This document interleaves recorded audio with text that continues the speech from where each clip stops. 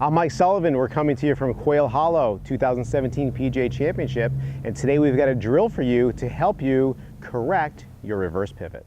Dances overhead on the ceiling near my bed, in my sight,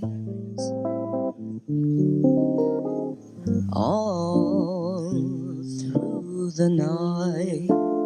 It's Saturday morning at the PGA Championship in Charlotte, North Carolina. We're out here working with some students of international sports management, clients I should probably say, and something that's been coming up this week is the reverse pivot. Now, working on a reverse pivot is something that takes a little bit of time and a little bit of understanding. It's not something that generally makes for a really good swing tip, but I think we have something that can actually help you as you're watching at home, something you can do to get the right feel for a good pivot. So first off, what are we trying to accomplish? Take a look. When we set up to a golf shot, our right hand goes on the club for a right-handed golfer, lower than our left hand. So my right shoulder is lower than my left shoulder. What we want to see here is a tilt of our spine to facilitate this. We call this tilt our secondary spine tilt. When we swing the club or make a turn, you'll notice I've got my spine here tilted. I want to maintain this tilt in my backswing, and you'll notice that my hip is turning, not sliding back. And actually my hips are moving in a way that kind of makes sense when we talk about the term pivot, where my hips are moving a little bit towards the target as my shoulders are moving back behind me. Maintaining this tilt is super important because at setup we've got the tilt, and at impact we're going to have the tilt.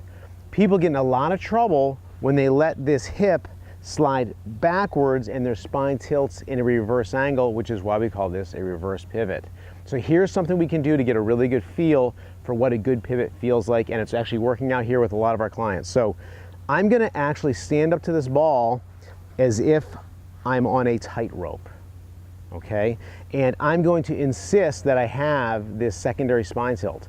So as soon as I set up to this ball and I start tilting my spine a little bit behind me, if my hips don't move towards the target and I just go this way, I'm going to lose my balance and I'm going to fall backwards.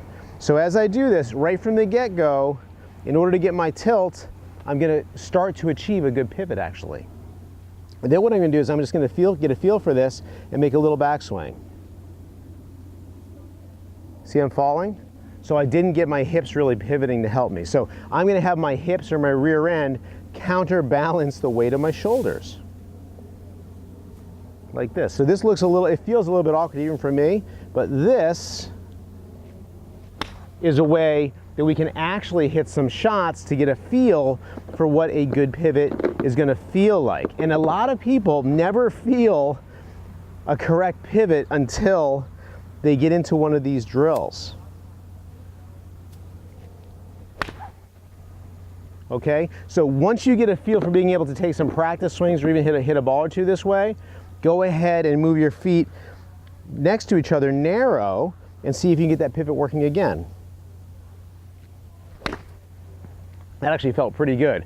So again, what we're looking to do, and if you can take your phone out or look in the mirror, if your backswing has got your hip sliding backwards to some degree, your pivot is something you can improve. Doing this drill can really help out a lot. We've got another video that explains really in detail how you can work on your pivot in the house, looking into a mirror. It's a little bit more, requires a little bit more time. That's something you should look at as well. I'll put a link in the description. So don't ignore your pivot. People don't like to talk about it and work on it because it's a little bit difficult to get the feel of. Hopefully this drill will help you get the right feel for how a correct turn is gonna really feel for you. Hey, by the way, I almost forgot to mention, yesterday we had a YouTube subscriber come out and work with us here at the event. Edward, thanks for coming by. I'm actually just looking at your video right now. I love